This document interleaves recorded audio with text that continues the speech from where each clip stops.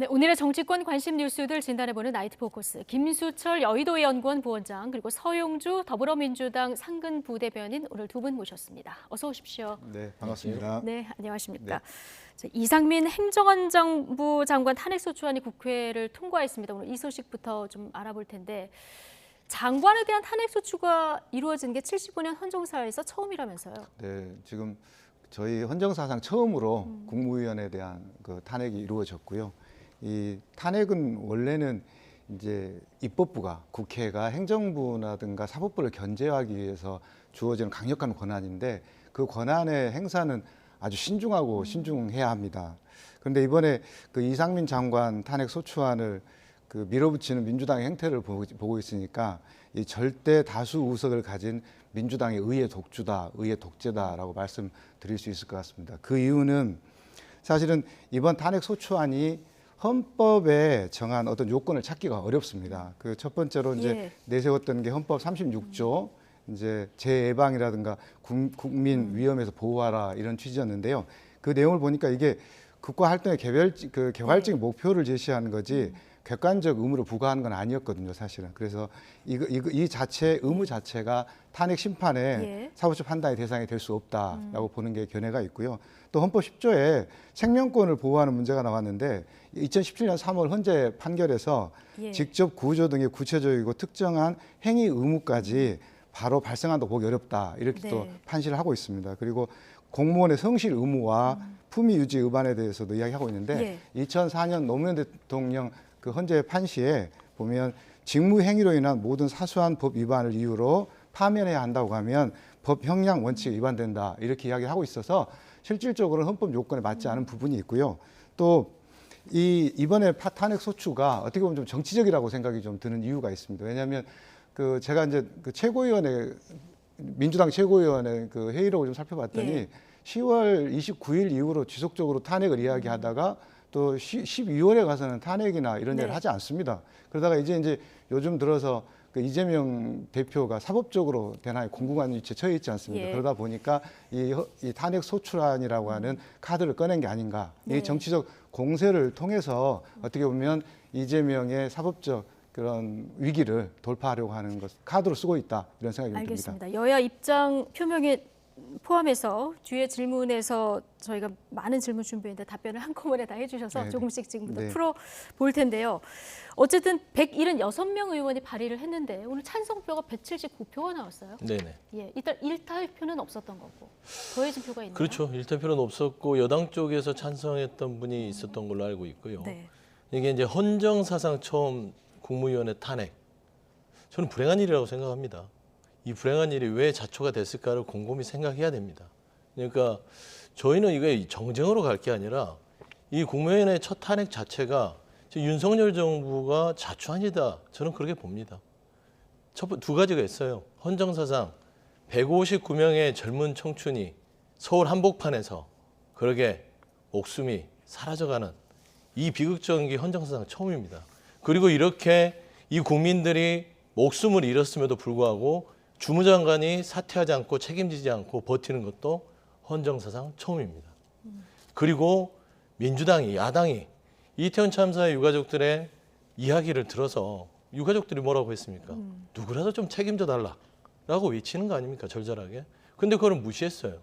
그래서 저희가 탄핵을 10월에 논의를 같이 했죠. 근데 이건 아닌 것 같다. 그래서 첫 번째 어떻게 했습니까? 사퇴시켜라.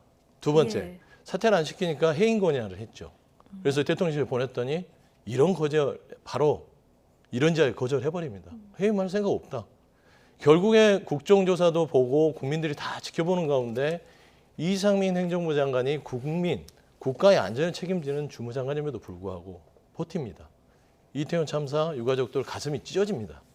그걸 누가 대변해야 되죠? 국회 책무다.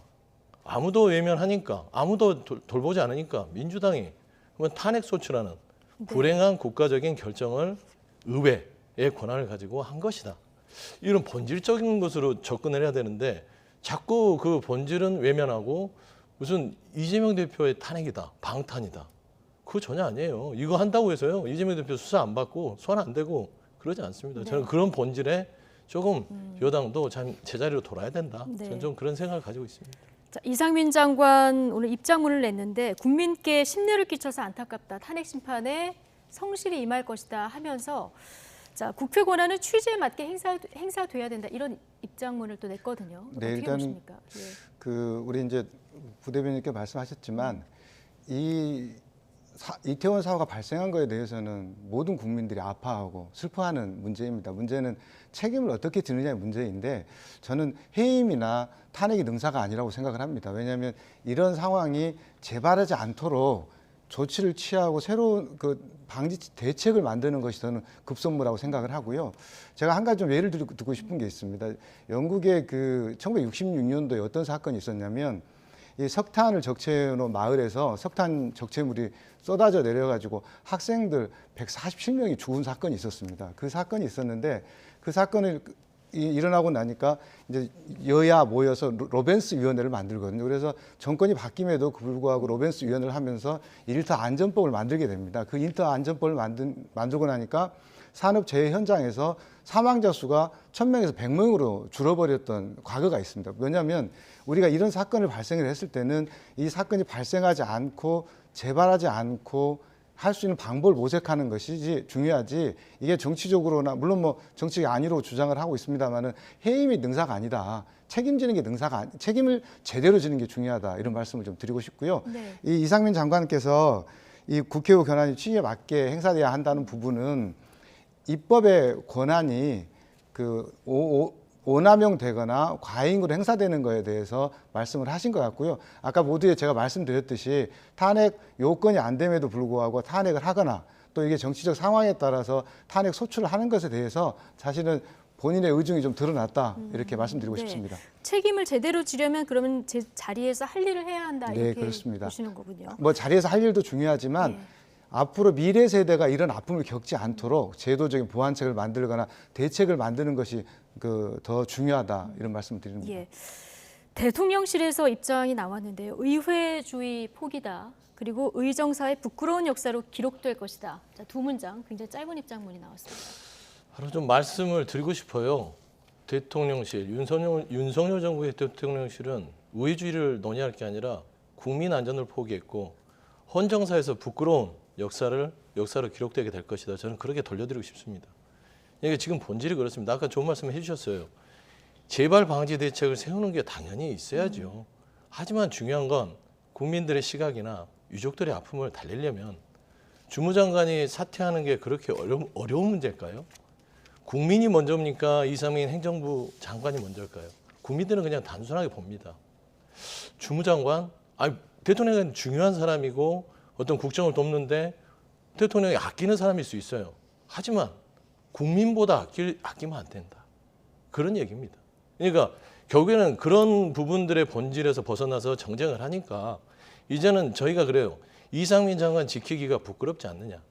그러니까 대통령실은 제가 딱 보고 탄핵소추안이 통과되고 나서 입장을 듣고 나서 너 부끄럽다. 내 스스로 부끄럽다고요. 그러니까 예를 들면 뭐 입새 부는 바람에도 부끄러울 만큼의 어떤 그런 마음을 기대하지는 않지만 최소한 국민을 생각하는 측은지심, 이태원 참사 유가족을 생각을 한다면, 보듬는 마음이 있다면 정말 이상민 장관이 이렇게 지켜야 될까요? 두 번째, 수호지심입니다. 옳고 그름을 몰라요. 무엇이 옳은지. 근데 이걸 자체로 의회주의를 포기했다. 그다음에 역사에 기록된다. 저는 반대로 좀 스스로를 돌아보고 윤석열 정부가 이태원 참사에 관해서는 스스로 너무 자기에게 너무 관대해서는 안 된다. 저는 좀 그런 생각을 가지고 사실은 이제 이 문제에 대해서 짧게 말씀드릴게요. 의회주의를 포기했느냐 아니면 또 의정사의 부끄러운 역사가 된다고 하는 것은 저는 한 5년만 지나면 나타난다고 우리가 알 수 있을 거라고 생각을 합니다. 그리고 말씀하셨지만 국민을 지키는 방법은 다를 수 있습니다. 저도 어제 어디 인터뷰 과정에서 이제 서울시 앞 광장에 무단으로 설치되어 있는 분향소를 철거하는 게 맞느냐, 아니면 존치하는 게 맞느냐 이렇게 이제 인터뷰가 와서 말씀을 좀 드렸었는데 사실은 사회적 합의가 중요하다. 이게 존치하느냐 안 하느냐. 그리고 그렇게 하기 위해서는 뭔가 재발 방지책을 만들 수 있는 방식으로 끌고 가는 게 중요하지 그것이 바로 국민을 진짜 지키는 길이다. 이렇게 말씀을 좀 드리고 싶습니다. 예. 저도 한 가지만 덧붙이면요. 짧게요. 예, 짧게 할게요. 의회주의라는 건요. 대통령 신기를 잘 보좌하고 신기를 건드리지 않는 게 의회주의가 아닙니다. 국민의 입장을 대변하는 게 의회주의입니다.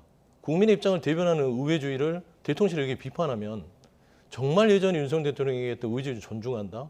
본인 기분 거슬리면 의회주의를 포기한 겁니까? 저는 그런 말씀을 드리고 싶은 거예요. 네, 국민을 지키는 방법에 대해서 두 분이 좀 이견을 보여주셨는데 어쨌든 행정안전부 업무 공백도 좀 우려가 되는 상황인데요. 지금 일단 현 차관 체제로 운영이 되는 겁니까? 원래 대통령실에서 뭐 실세 법조인 출신의 장관으로 차관을 교체해서 운영한다 이런 얘기가 나왔는데 오늘 대통령실에서 일단 선을 그었거든요. 네, 저는 실세 장관을 보낸다는 건 온당치 않다고 생각을 네. 합니다. 왜냐하면 일단 그 현재 장관과 차관이 그동안 업무 협조를 해왔을 것이고 또 아까 제가 말씀드렸듯이 국민을 지키는 방법 이야기했지만 아마도 이 이태원 사태가 나고 난 뒤에 행정안전부의 역할과 지위 이런 부분에 대해서도 많은 교감이 있었을 것이고요. 그것을 조사하는 과정들 또 진상을 파악해가는 과정 속에서 차관이 저는 네. 일정 정도 업무를 수행할 수 있는 능력을 또 획득했을 것으로 생각이 되기 때문에 실세 차관을 보낸다고 하는 것은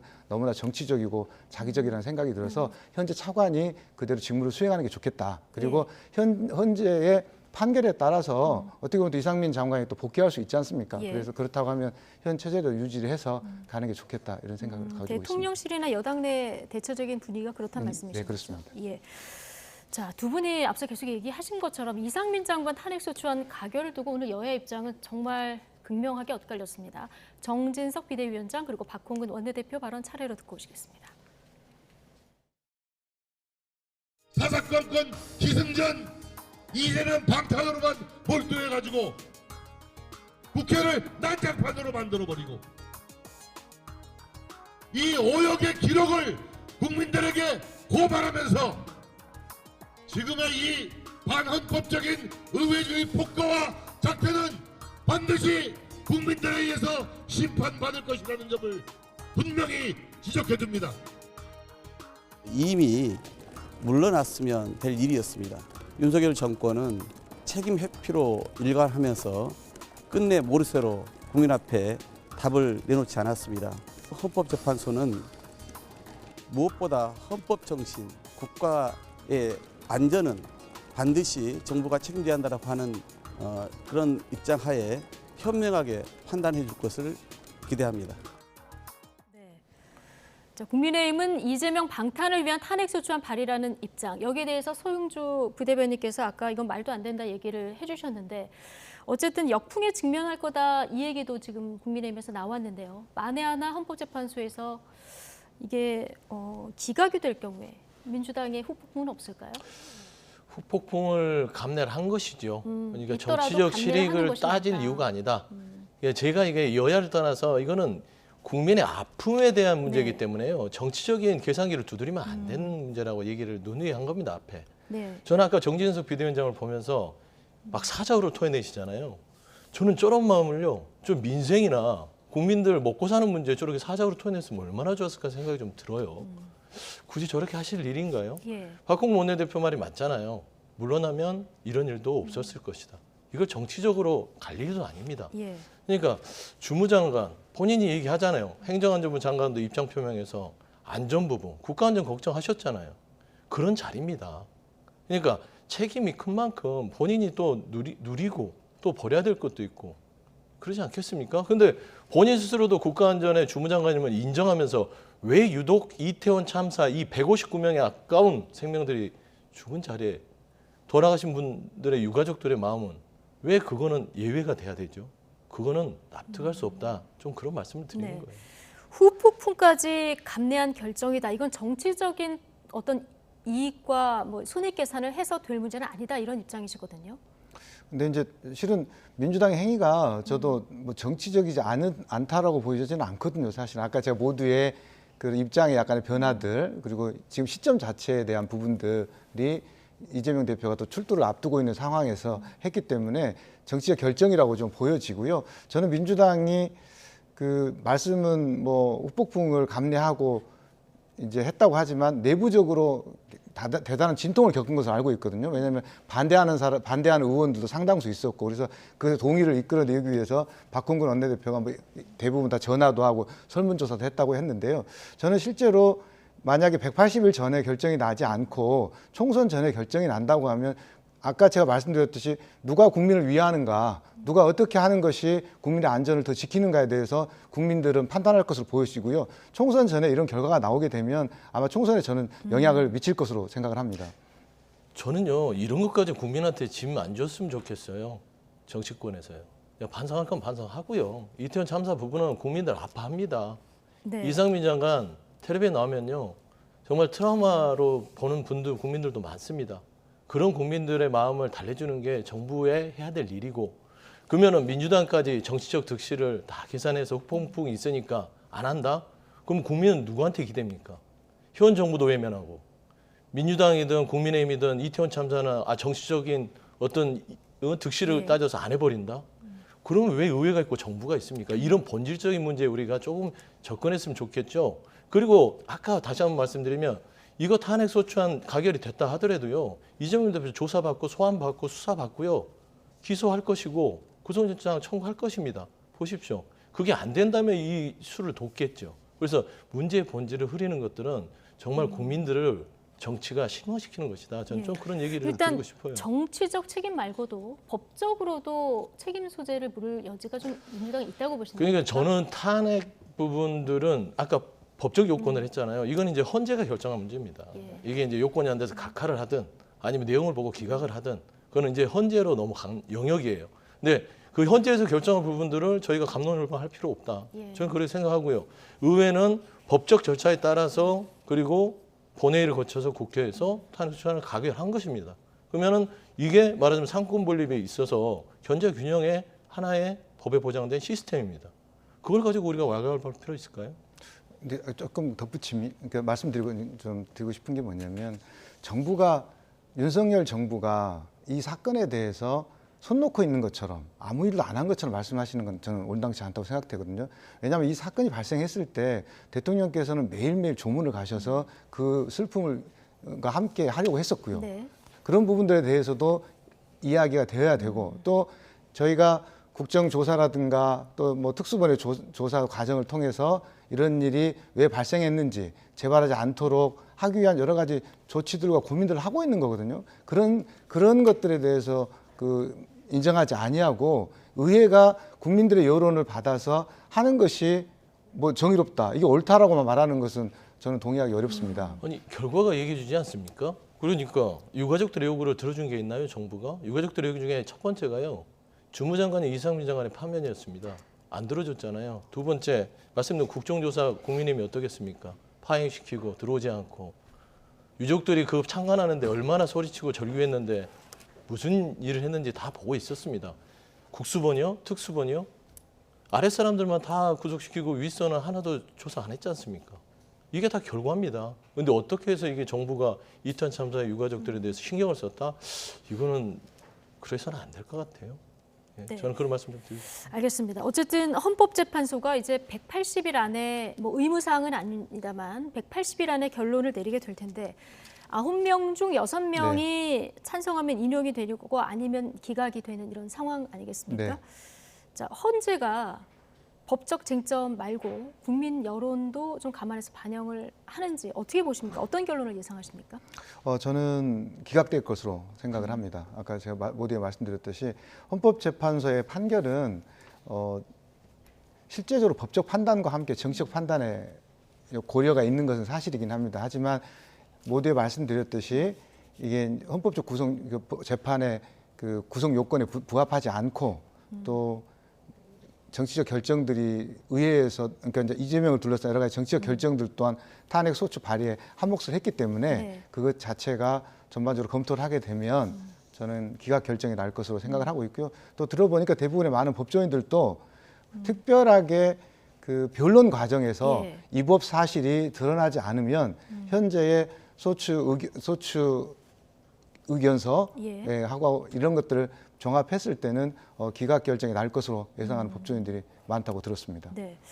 지금 보면은 직책 수행의 성실성 여부는 그 소추 사유가 될 수 없다 이런 이제 판결들이 좀 있는데 어쨌든 민주당은 이 후폭풍까지 다 감내한 결정이라고 하지 않았습니까? 그럼 내부에서도 좀 기각될 거라 이쪽에 더 의견이 많습니까? 아니면 인용될 거라는 그런 예측이 기각될 우려들도 많이 보죠. 뭐 율사들이 많이 있으시니까. 그러니까 이제 이게 참 불행한 일이라고 초두에 말씀드렸던 게 이거는 주무장관이 정치적 도의적 책임을 지고 물러났었으면 이렇게 정치적으로 불행하지 않습니다. 고집을 부리다 보니 법적인 상황으로 판단을 받겠다는 거예요. 근데 보십시오. 이상민 장관이 국무위원으로서 행정안전부 장관으로서 법적인 말하자면 면죄부를 헌재에서 받은다 치손. 그러기 위해서 행정안전부 장관으로 돌아와서 어떤 업무를 수행할 때 과연 그 국무위원으로서 정말로 제대로 된 업무를 수행할 수 있을까요? 저는 그 정도면 본인이 살아온 판사 출신이기도 하고 공직도 하셨던 분으로서 정말 좀 부끄러움을 느낀다면 이쯤 해서 명예롭게 물러나신 거 예전에 말씀하셨잖아요. 예. 폼나게 물러난다는 그런 얘기를 좀 하셨던 걸로 아는데 이제는 좀 그럴 때가 아닌가 저는 좀 생각이 듭니다. 네. 탄핵 심판 자체로는 지금 이게 역대 4번째라고 하더라고요. 노무현 대통령 때는 63일 만에 결론이 나왔는데 이때는 기각. 그리고 박근혜 대통령 때는 91일 만에 결론이 나왔는데 이때는 인용이 됐는데 자, 지금 재판관 임기 얼마 안 남은 분이 이제 2분 계시고요. 네. 여러 가지 변수를 고려해서 이번에 그 헌재 결정은 언제쯤 나올 거라고 보십니까? 저는 원래 이 사안 자체는 그렇게 복잡하지 않은 사안이었기 때문에 실제로 헌재가 9명의 재판관이 모두 구성되어 있었다고 하면은 저는 그리 오래 걸리지 않을 것이다. 법적인 요건으로 법으로 정하고 있는 180 이내에 날 수 있다고 생각을 했었는데 3월과 4월에 그 헌법재판관 한 분 한 분씩 이제 교체가 되더라고요. 근데 그렇게 되면은 새로 임명하려고 하면은 뭐 국회의 동의까지는 아니어도 청문 절차가 필요한데 그 시간을 감안하게 되면 조금은 이제 늦어질 수도 있겠다라고 이제 생각이 들고요. 한편에서는 그럼에도 불구하고 현재 있는 7분이 심리를 계속 하게 되면은 뭐 그리 늦지 않게 결론이 날 수 있을 것이라 예상을 하고 있는 것 같습니다. 예. 자, 그런데 이 검사 역할을 해야 하는 탄핵소추위원장이 법제사법 그 위원장이 맞는 거 아니겠습니까? 그럼 네. 김도읍 국민의힘 의원인데요. 자, 오늘 아닌 걸 맞다고 할 수는 없다 이런 얘기를 하셔서 앞으로 이 관련한 역할을 수행을 할지 여부도 좀 지켜봐야 될 것 같아요. 그러니까 뭐 여러 가지 시나리오가 있더라고요. 김도읍 위원장이 뭐 말하자면 검사 역할을 하는데 그 본인이 그거를 나가지 않으면 또 이제 연기가 되는데 이거는 네. 빨리 신속하게 가는 게 맞아서 또 그것도 고민이 될 것이고 그런다고 해서 아까 말씀한 대로 아닌 걸 맞다고 한다는 입장도 있는데 본인이 나서기도 애매할 것이고 그러면 이제 대리인단을 세워야죠. 근데 이 대리인단을 세울 때도 막연히 혼자서 결정할 수 있는 부분들이 조금은 여지가 적습니다. 그럼 민주당도 개입해서 대리인단의 구성들을 하게 되면 여러 가지로 좀 본인이 생각하는 바대로 이끌지 못할 수도 있다. 그래서 좀 속내는 복잡하지만 예. 저는 이 김도읍 위원장께서 법제사법위원장으로서 좀 아주 심플하게 갔으면 좋겠어요. 이 부분에 대해서 말한 대로 국민의힘도 주장하고 뭐 위원장도 얘기하지 아닌 거를 맞다고 할 수 없으면 가서 그렇게 주장하면 됩니다. 예. 그렇지 않을까요? 이걸 정치적으로 자꾸 해석하려고 그러는데 말씀한 대로 기각될 뭐 확률이 높다라고 봤을 때는 절차에 따라서 진행을 하면 뭐 날짜도 말씀한 대로 줄일 수 있고 어떤 신속하게 결정이 내리는 것들이 본인들 판단하기로는 국정 운영에 도움이 된다 하면 굳이 피할 이유는 없다. 저는 그렇게 네. 보고 있습니다. 만약에 김도읍 위원장이 내가 이 역할 못하겠다 할 수도 있는지 이거 하나 하고요. 만약에 못하겠다고 하면 그 다음 절차 누가 이 권한을 대행하게 되는 건지 이런 부분이 법적으로 좀 정해진 게 있습니까?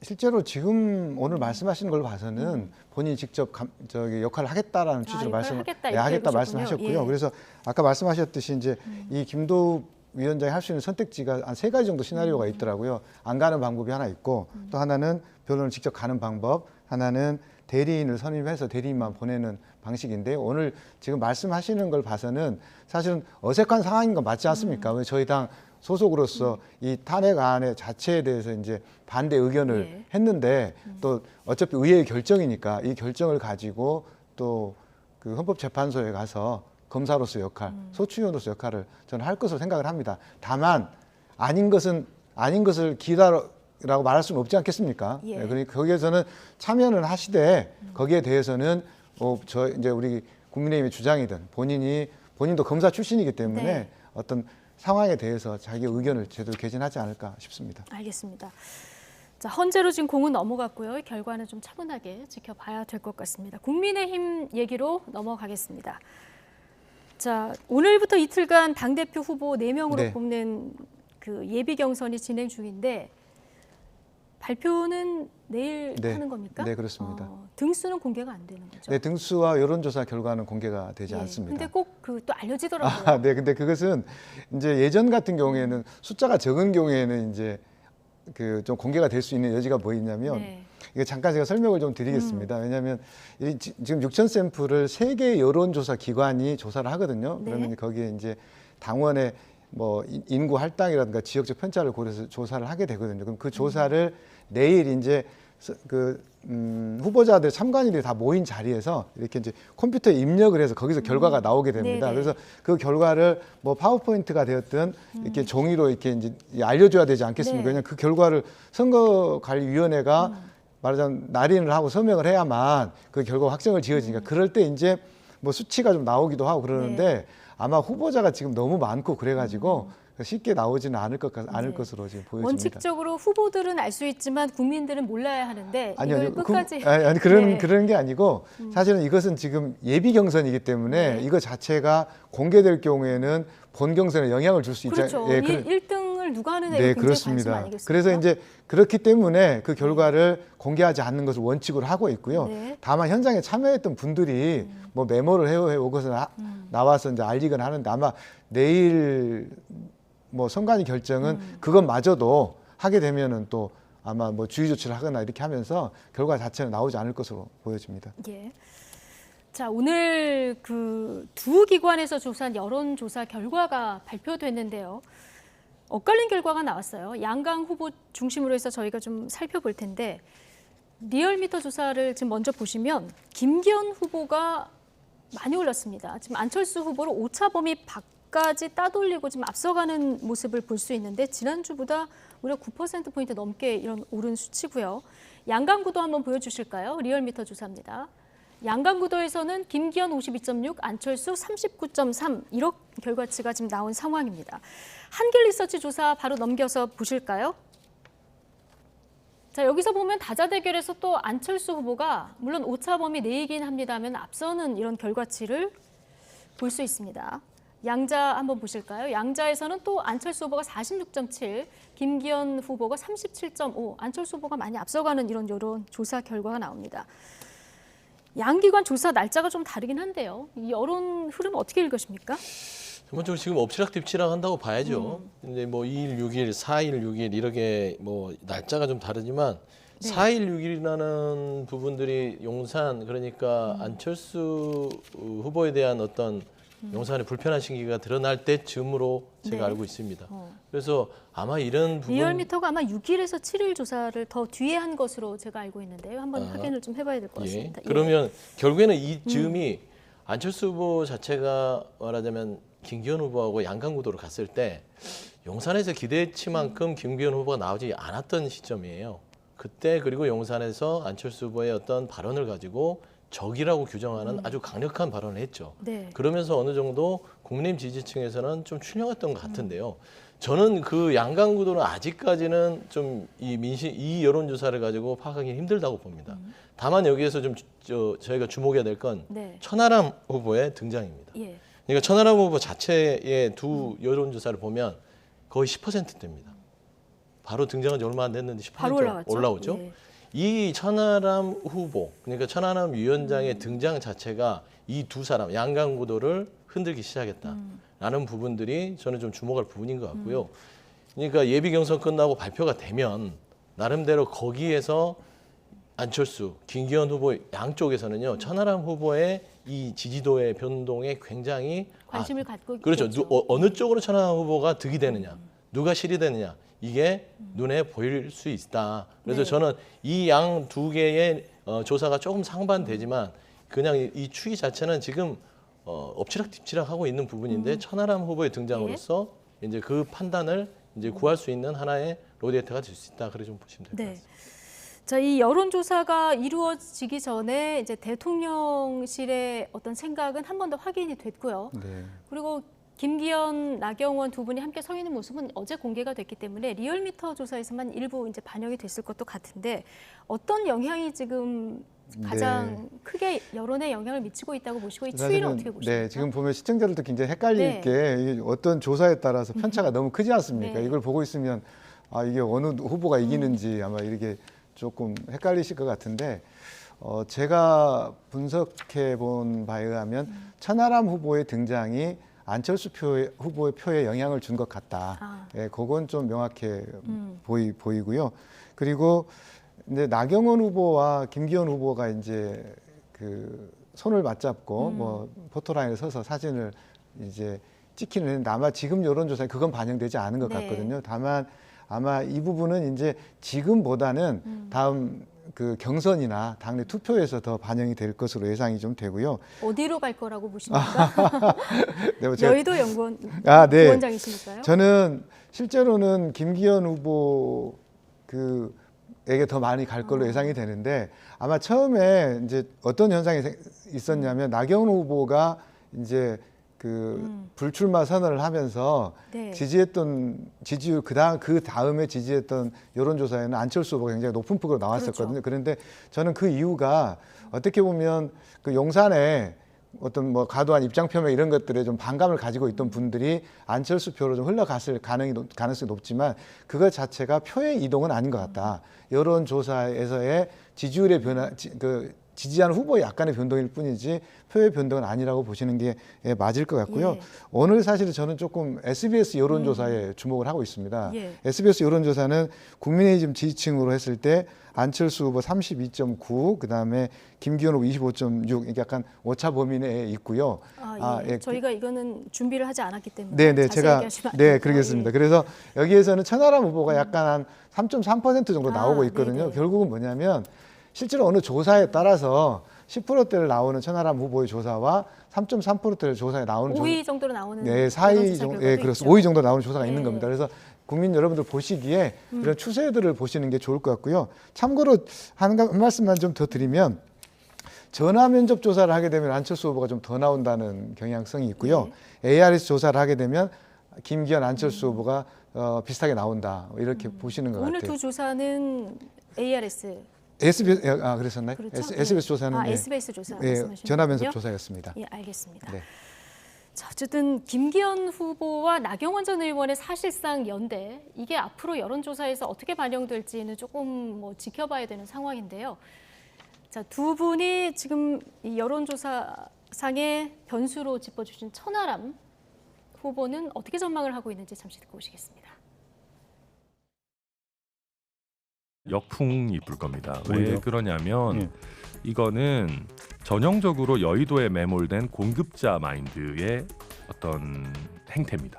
당의 화합을 위해서 좀 용서해 주시라 라는 메시지를 낸다면 나경원 지지층의 마음이 풀릴 거라고 생각해요. 나경원 전 의원이 지금 굉장히 내키지 않는 표정으로 사실상 뭐랄까요, 압박을 받아서 지지 선언을 강요받는 듯한 모양새를 연출했거든요. 그렇다고 한다면은 나경원 전 의원의 지지층은 안 움직입니다. 바로 앞에 있는 이 사람만 의식하다 보니까 이 사람 뒤에 있는 지지층의 마음까지는 지금 못 헤아리는 겁니다. 그런 근데- 정도로 지금 김기현 후보가 조급한 겁니다. 네. 지지 선언을 강요받는 듯한 모양새였기 때문에 나경원 전 의원의 지지층이 안 움직일 거다. 오히려 김기현 후보 역풍을 맞을 거다. 이렇게 전망했는데 어떻게 보십니까? 이게 맞는 얘기일 수도 있어요. 그러니까 이게 단순 수치로 보는 게 아니라 당원 100%를 만들어 놨잖아요. 근데 저는 최근에 이 대통령실에서 실수를 한 게 하나 있어요. 안철수 후보에 대해서 직격을 해서는 안 돼요, 또. 왜냐하면 적당히 해야 됩니다. 과유불급이라고.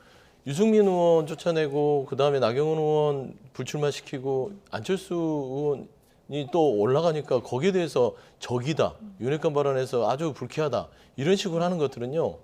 이게 국민이든 당원이든 똑같습니다. 특히나 저는 오해하고 있는 게요. 이건 민주당이나 국민이랑 똑같습니다. 당원이 주인이에요. 주인 대접을 해줘야 됩니다. 그러니까 적당히 해줘야 됩니다. 당원이 주인이니까 당원들은 국민의힘이 잘 되기를 바라죠. 네. 윤석열 정부가 잘 되길 바라겠죠. 근데 이게 보니까 이렇게 하면은 잘못 가는 길을 가는데라고 당원들은 생각할 거예요. 예. 그래서 나경원 후보가 당시에 불출마 선언할 때쯤이 아마 여론 추이가 한 20%두 자릿수 때 됐을 거예요, 아마. 그리고 나서 안철수 후보가 아주 대폭 상승합니다. 그 차인데 천하람 후보가 들어오면서 안철수 후보가 내려가요. 하지만 표의 분산이 김기현 후보한테는 움직임이 없었어요. 그러니까 김기현 후보가 부랴부랴 나경원 전후를 찾아간 거예요. 하지만 나경원 의원은 이미 나경원을 했던 지지층들은 이거는 김기현 후보층과 겹치지 않습니다. 이건 이미 안철수 후보나 아니면 천하람 후보 쪽으로 분산돼 버린 공산이 크다. 왜 그러냐면 아까 말씀드렸지만 당원들이 주인인데 이거 시키는 대로 찍으란 소리야? 네. 우리도 윤심으로 가야 돼라는 부분의 반감들이 크게 반영될 것이고 저는 나경원 의원이 김기현 의원 옆에서 그렇게 아주 불쾌한 듯한 표정으로 네. 지지선은 비슷한 걸 한다고 해서 이 지지층이 김기현 후보한테 가기에는 좀 만무할 것이다. 네. 아마 약간의 뭐 소득은 있지만 나머지는 안철수 후보나 천하람 후보 쪽으로 갈 네. 공산이 크지 않을까 좀 그렇게 예측하고 알겠습니다. 있습니다. 오늘 이준석 전 대표도 YTN 출연해서 김기현이란 한 사람으로 네. 정해놓고 센 사람은 다 죽인다 이렇게 얘기를 했는데 지금 전당대회 과정이 좀 너무 넘친다 이런 지적을 해주셨거든요. 네. 내부에서도 이런 의견이 좀 있습니까? 당내 민주화라는 측면 그리고 집권 여당과 그 집권 청와대 아니 용산과 행정 대통령실 네. 그리고 이제 우리 여당과의 관계가 사실은 그 지금 상황 자체가 뭐 교과서적인 의미에서의 당내 민주주의를 이야기하기로 보면은 좀 부족한 부분이 좀 있다고 생각을 하고요. 지금 그 이제 나경원 의원 말씀을 좀 네. 하셨는데 사실은 경선에서 이제 여러 가지 뭐 같이 경쟁을 하다가 상대방 손을 들어주는 것 자체가 쉬운 일은 아닙니다. 하지만 그래도 이제 여러 가지 끝나고 나서 말씀 중에 여러 가지 인식을 공유했고 앞으로 선거가 어차피 약 한 달 정도 남아 있지 않습니까? 그런 선거 캠페인 과정을 통해서 아마 지지층이 저는 좀 옮겨갈 수도 있다라는 생각을 좀 가지고 있고요. 그리고 이번 선거가 왜 중요하냐면 또 그 나경원 의원을 밀었던 분들의 일부가 김기현 의원 캠프에 가서 선거운동을 하고 있거든요. 네. 근데 이것은 무슨 말이냐면 당내에 그 100% 당원들로 하는 조직선거, 당원 선거잖아요. 그러다 보니까 조직들의 영향도 있을 것 같고 해서 그 예단하지 않고 지켜보는 게 좋겠다. 나경원 후보의 표가 김기현으로 갔느냐 아니면 안철수로 가느냐 이런 부분들은 좀 지켜보는 게 좋겠다. 지켜보는 게 좋겠다는 예. 말씀을 드리겠습니다. 거기다 김기현 후보는 오늘 오세훈 서울시장 그리고 홍준표 대구시장 측 인사들도 캠프로 영입을 했다는 소식까지 들리면서 계속 이렇게 좀 불려나가는 모습이거든요. 그러다 보니까 지금 여권 내부에서 안철수 중도 사퇴론 얘기가 솔솔 지금 나오는데 뭐 전략적 후퇴를 생각하다면 지금이 좋겠다 이런 얘기도 나왔다는 이제 보도도 나왔거든요. 그러니까 이제 첫 번째 짚고 싶은 건 나경원 전 의원은요 출마를 하지 않았습니다. 불출마 후보고요. 네. 지금 안철수 후보는 또 다르죠. 뛰고 있는데 등록을 하고 사퇴를 시키겠다. 사퇴를 시키는 후보가 됩니다. 이렇게 됐을 때는요. 이거 당원들이 봤을 때는 야 이거 건강하지 않는데? 아 우리 당 건강하지 않아. 이런 시그널이 더 클 거예요. 그런다 사퇴를 시켜서 김기현 후보가 당대표가 된들 그게 어떤 정통성이 있겠습니까? 본인의 힘으로 자력으로 뭔가 정치 리더십을 보여줘야 되는데 지도자의 어떤 정치 지도자를 하겠다고 당대표가 되신 분이 본인 힘으로 하나도 하는 건 없이 용산에서 센 사람 치워주고 이 사람 치워주고 저 사람 치워주고 나중에는 안철수 후보까지 사퇴를 하게 만드는 이런 부분에 해서 이게 집권 여당의 당대표가 된다. 이건 국가적으로도 불행하고요. 네. 같은 정당사를 해왔던 양쪽 날개의 민주당과 국민의힘에서도 불행한 일이다. 그래서 그런 일은 없어야겠죠. 네. 그리고 네. 안철수 의원은 저는 아직까지는 뭐 사퇴 이야기가 나오는 것 자체가 그 호사가들이 하는 이야기지 본인께서도 말씀을 하셨잖아요. 그 누가 사퇴합니까? 그러니까 김기현 후보가 사퇴하냐고 물어본 다음에 1등 후보가 사퇴하는 거 보셨냐고 말씀하셨잖아요. 그래서 이 부분은 좀 정치권에서 호사가들이 하는 이야기지 지금의 경선 상황과는 좀 거리가 있는 이야기라고 말씀을 드리고 싶습니다. 이런 분위기에서 이진복 정무수석이 아무 말도 안 하면 아무 일도 없을 것 이런 발언을 했는데 이건 어떻게 읽어야 될까요? 제가 이거 구체적으로 어느 분이 이 말을 했는지라고 모르겠는데 이진복 정무수석이 네. 일요일에 이제 대통령 네. 그 의중을 정확히 국회에 와서 네, 서영주 말씀하셨죠. 대변인께 여쭤볼까요? 네네. 이렇게 얘기했는데 오늘 이진복 정무수석 이 얘기를 한번 그러니까 저는 이진복 정무수석의 역할은요. 원래 여야 중간에서 다리 역할을 해야 됩니다. 근데 지금 보면은요. 윤심 전달자예요. 그러니까 윤심은 여기에 있어라는 전달하고 다니는 겁니다. 그러니까 좀 속된 말로 안철수 의원에게 입을 조금 침묵시켜라 해라. 윤핵관 얘기하지 말아라. 네. 그리고 윤심 거스르지 마라. 이 얘기거든요. 어떻게 정치하는 사람한테 그런 얘기를 합니까? 이거는 따지고 보면 별 얘기 아닌 것 같지만 굉장히 폭압적인 겁니다. 또 한 번의 경고라고 보십니까? 저는 그렇게 봅니다. 이거는 끊임없는 경고를 통해서 나경원 전 의원을 불출마시켰던 것처럼 네. 안철수 후보의 어떤 뭐 좀 약진하는 모습들을 좀 눌러놓고 김기현 후보에게 어떤 공간을 열어주려는 그런 용산의 개입이다. 이건 누가 봐도 정치권 오래 있으면요. 이건 그냥 대통령실에서 당무 개입을 하고 있는 겁니다. 노골적으로. 예. 제가 이게 이거 표시 못 봤는데요. 사실은 지금 윤심을 두고 경쟁하는 이 상황 자체에 대해서 과도하게 당원들이나 이게 안철수 후보의 워딩 자체가 너무 나갔다고 생각해서 이 말씀 드리는 거잖아요. 어떻게 사실은 선거를 치르고 있는데 그 윤안 연대 이야기하고 이런 것들에 대해서 거기에 대해서 너무 나갔다 이런 차원에서 말씀드린 걸로 이해하시면 될 것 같습니다. 예. 자, 다크호스 천하람 변호사 뭐 단숨에 앞서 보셨듯이 3위로 치고 올라왔는데요. 자, 이게 컷오프를 무난히 통과할지 이 부분도 관심 네, 아니겠습니까? 그렇습니다. 지금 여론조사 앞서 말씀하셨지만 3위로 치고 올라온 것도 있고 좀 뒤에 있는 여론조사도 있어서 지켜봐야 되는데 오늘 뭐 안철수 후보는 골든크로스가 멀지 않았다. 이번 전당대회 죽소서 천하람 줄 거다. 김기현 대 천하람 구도가 될 거다. 이런 얘기를 해서 자 여론 향방이 자 어디까지 천하람 변호사의 그 득표율이 보여줄지 이 부분도 좀 관심인데요. 지금 이준석계 후보들은 팀으로 움직이고 있죠. 이준석 전 대표도 최근 언론 노출이 잦습니다. 양강 후보를 오늘 모두 비판했는데요. 이 얘기 듣고 오시겠습니다. 선거의 특징이 여론조사에 없음 모름으로 나오는 20%가 어디로 붙느냐에 따라 결정되는 거거든요. 최근의 추세를 보면은 없음 모름이 진짜 김기현 후보는 몰라요. 그냥 누군지. 그냥 일부한테는 꽃 주고 사진 찍은 아저씨가 되는 거예요. 제가 이제 또 구조적인 이론을 들이밀자면 안철수 후보의 상상 선거 지지율은 시작할 때 가장 높습니다. 요즘은 좀 사장된 용어인데 DTD라는 게 있습니다. 다운 팀이스 다운이라고 그 콩글리시거든요. 그게 완전 말도 안 되는 영어로 따지면 말도 안 되는 건데 콩글리시로 그냥 우습게서 만든 건데 내려갈 팀은 내려간다. 김기현 후보에 대해서는 꽃 주고 사진 찍은 아저씨. 뭐 유권자들이 누군지를 모른다 이렇게 얘기를 했고요. 안철수 후보는 시작할 때 지지율이 계속 높고 이제 떨어질 거다 이렇게 얘기를 했는데 이준석 전 대표의 이 판 흔들기 얼마나 영향이 있을까요? 저는 지금 그 이준석 후보가 플레이어가 아니잖아요. 과거에 2021년도 우리 그 당시에 전당대회 때는 그 대통령 선거를 치러야 되는 입장에서 이준석 대표가 어떤 뭐 영향력이나 이런 것들이 중요했기 때문에 당 대표가 되었다 생각이 좀 들고요. 지금은 이제 본인과 뜻을 같이 하는 천하람 후보, 허은하 후보, 뭐 김용태, 그다음에 이기훈 후보가 나와 있는데 실은 예전만큼의 영향력을 보여주지는 못할 것이다라는 이야기를 좀 드리고 싶고요. 다만 그 지금 상황에서 이제 다른 사람들은 다 개별적으로 움직이고 있는데 이준석 후보만큼은 팀으로 움직이고 있어서 그 부분에 대해서는 유권자들이나 당원들이 그분들의 메시지에 대해서 어떻게 반응할지는 좀 지켜봐야겠다 말씀드리겠습니다. 이준석 전 대표의 참전 누구한테 유리할까요? 천하람한테 유리하죠. 천하람한테 그런데 양강에서는요. 예. 안철수 의원한테 유리할 겁니다. 왜 그러냐면 어차피 결선 만약 투표로 김기현, 안철수 이렇게 올라간다면 올라가서 결선 투표로 간다면 그 표는요. 김기현 후보보다는 안철수 의원한테 갈 것 같은데요.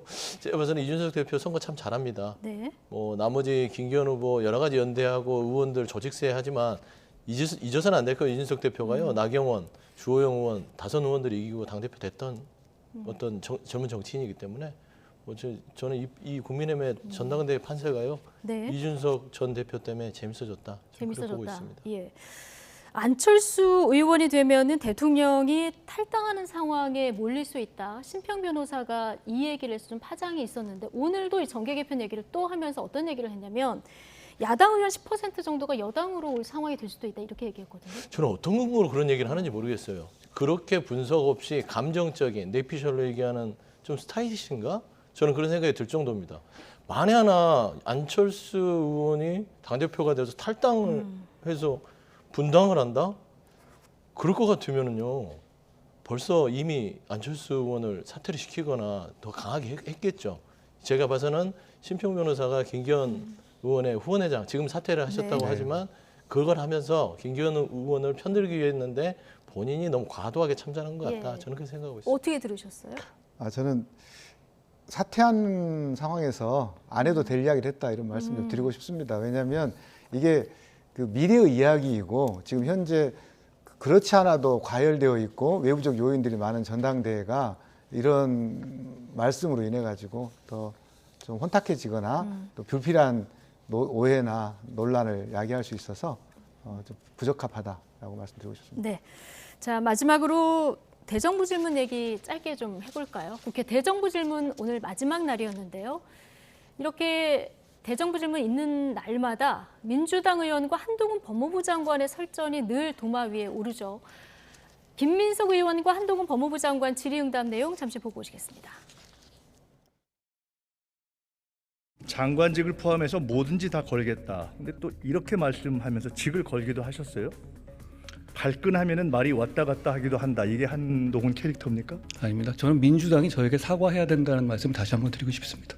불공정하다고 일반적인 수사를 말씀드립니다. 거부할 수도 있고 비번 해제가 불필요하다고 생각하면 비번 해제를 거부할 수도 있고 그런 거 아니에요? 뭐 이재명 대표도 그렇게 하셨지 않습니까? 본인 얘기를 물어보면 다른 사람 얘기를 하는 게 습관이신가 봐요. 아닙니다. 의원님도 지금 보면 일반론을 말씀하시면 저를 자, 비난하고 싶어 하시는 거잖아요. 야당 대표에 대한 검찰 수사가 공정하냐 여론조사를 하면은 평균 50% 이상이 불공정하다 이렇게 답이 나오는 건 알고 계시죠? 의원님, 그 죄는 증거와 팩트로 정하는 것이지 여론조사로 정하는 것이 아닙니다. 내가 지금 여론조사 물었잖아요, 장관님. 의원님, 제가 의원님의 질문에 대해서 그 프레임 안에서만 답해야 하는 것은 아니죠. 선거에 이겼다고 야당은 100대를 때리고 대통령 부인은 한 대도 안 때리고 수사도 안 한다. 이런 여론이 조사마다 50%를 넘는데 그렇게 보는 국민이 바본가요? 거기에 대해서 사법 시스템에 따라서 처리되면 될 문제고요. 의원님 잘 아시다시피 여론조사에 대한 국민의 반응을 물었어요. 국민의 반응을 저한테 화를 내실 일은 아니고요. 오만하게 대답하지 마십시오. 의원님. 입니다. 일단 한동훈 장관이 비번 안 푼다는 얘기로 처음에 이제 좀 설정이 이거 어떤 맥락에서 나온 얘기입니까? 그 예전에 채널A 사건 네. 때 그 비번을 알려주지 않아 가지고 수사에 수사가 좀 차질이 지연됐던 있었다. 그 부분을 이야기하고 있는 것 같고요. 예, 그리고 그 이제 예, 그런 것 같습니다. 네. 그러면 근데 그 예. 얘기가 지금 여기서 왜 나오는 거예요? 그러니까 이게 지금 한동훈 장관이 어떤 법적 잣대를 형평성입니다. 형평성. 뭐 김건희 여사 수사 같은 거. 그리고 이재명 대표의 수사는 너무 집중하는 거 아니냐 물어봤을 때 이게 그럼 맨날 팩트와 뭐 증거로 한다고 하고 이런 부분들이고요. 그다음에 검찰은 늘 어떤 부분 수사를 함에 있어서 공정하게 한다. 공정성 시비에 대해서 얘기를 하면서 정작 본인은 수사에 협조하지 않고 비밀번호 안 풀지 않았냐. 네. 이 얘기를 김민석 의원이 한 얘기거든요. 예. 근데 저는 그런 이제 맥락에서 나온 것. 예, 그렇죠. 예. 거기에 나온 건데 저는 문제가 되는 건 한동훈 장관의 전체 첫 번째 태도. 대정부 질문이 아니라 대정부 배틀하러 왔어요. 한 말을 안 지고 의원들이 질문을 하면 법무부 장관이 계속 거기에 그 베일을 이상을 얘기를 합니다. 예. 그러면서 감정적인 어떤 말들이 오가면서 결국에는 본인은 이재명 대표에 대한 어떤 뭐 방탄을 주장하고 그다음에 민주당이 사과하라고 하고 얘기는 들으셨을 거예요. 보신 분들은. 청담동 얘기를 계속합니다. 예. 이게 대정부 질문 내내 나옵니다. 어제부터. 청담동 그 술자리 사건에 대해서 저한테 사과 안 하십니까를 네. 어제도 하고 오늘도 합니다. 예. 과연 그게 법무장관으로서 옳을까라는 부분에 있어서 김민석 의원도 그렇고 김남국 의원도 그런 부분에서 굉장히 좀 날카롭게 예. 그리고 좀 질타를 하신 걸로 제가 알고 있습니다. 제가 팩트 체크 차원에서 하나 여쭤보는데 야당 대표에 대한 검찰 수사가 공정하냐 여론조사를 하면 평균 50% 이상이 불공정하다 이렇게 답이 나오는 건 알고 계시죠? 이런 질문이 있었는데 최근에 물론 이제 질문마다 이 수치가 좀 다릅니다만은 이건 어떤 제가 좀 찾아봤는데요. 어떤 여론조사를 이게 근거합니까? 작년 10월 말일 겁니다. 작년 10월 말 조사. 기준으로 50%가 넘나. 그러니까 검찰의 수사가 부당하다. 이건 정치보복성이 좀 짙다라고 했던 네. 게 작년 10월 28일로 알고 있습니다. 이게 여론조사들이. 법과 원칙에 따른 수사냐, 야당 탄압 수사냐 이걸 묻는 게 아니라 공정성을 묻는 질문에 공정성 대한 그렇습니다. 답이었습니까? 불공정 그렇습니다. 했는데 이거는 이제 이 날짜를 김민석 의원이 얘기하지 않았고요. 예. 여기 대해서 어떻게 생각하냐 물었던 것이고요. 최근 여론조사는 조금 수치가 줄었어요. 뭐 그런 비슷한 네, 지금 맥락에 수사가 진행되고 있다. 그래 수사가 있다 보니까 한 40%를 줄긴 했지만 그럼에도 불구하고 한동훈 장관은 여기에 대해서 대답을 하지 않고 넘어갔다. 이런 부분이 굉장히 아쉬웠습니다. 예. 한동훈 장관의 지금 답변 태도를 네. 지적해 주신다 어떻게 보셨습니까? 저는 그 일관되게 이제 공격성 질문한 것은 민주당의 또 모습이었거든요. 지금 보니까 이제 그 김민석 의원도 그러셨고 대체적으로 정청래 의원도 그렇고 어떻게 보면 이 그 대정부 질문이라고 하는 것은 서로 조금 국정 현안들 이런 것을 이야기해야 되는데 저는 그 모습을 보고 있으면 서로 똑같다 이런 좀 생각이 좀 예. 들었고요. 그럼에도 불구하고 저는 이 상황에서 한동훈 장관이 맞으면서 큰다고 계속 정치적으로 계속 커가고 있다는 생각이 좀 예. 좀 들었습니다. 네, 민주당이 한동훈 장관을 키워주고 있다. 이렇게 얘기하죠. 그러지는 않고 키우려고요. 자꾸 도발하는 것 같아요. 한동훈 장관이요. 그러니까 저는 이 법무부 장관도 이런 분은 처음 봐요. 제가 한 20년은 안 됐지만 15년 가까이 이 여의도에 있으면서 법무부 장관이 여기 나와서 이렇게 대정부 질문에서 의원들의 어떤 감정을 건들고 사사건건 모든 거에서 설명을 하고 답변 태도도 불순한 부분들이 있어서는 저는 처음 본다. 근데 또 민주당 의원들이 제일 많이 부르지 않습니까? 원래 야당은 공격하는 겁니다. 예. 공격하는 게 야당이에요. 그래서 예전에 새누리당, 뭐 한나라당 또 야당을 할 때 불러서요. 예전 우리 정부 할 때 총리부터 시작해서 장관들 엄청 공격했습니다. 그거 자료 보시면 다 나와요. 네. 이게 뭐 특별한 건 아닌데 한동훈 장관의 태도 자체가 조금은 너무 법무부 장관의 국무위원의 자세보다는 정치인에 가깝기 예. 때문에 이런 부분에서 의원들께서 많은 지적들과 어떤 질타를 하지 않았냐 저는 그래 보고 있습니다. 예. 자, 앞으로도 한동훈 장관 국회에 나오면 그러나 이런 모습이 계속 반복될 것 같다. 이런 예상이 듭니다. 네. 자, 김수철 여의도연구원 부원장, 서영조 더불어민주당 상근부대변인 오늘 두 분과 함께했습니다. 고맙습니다. 네, 감사합니다.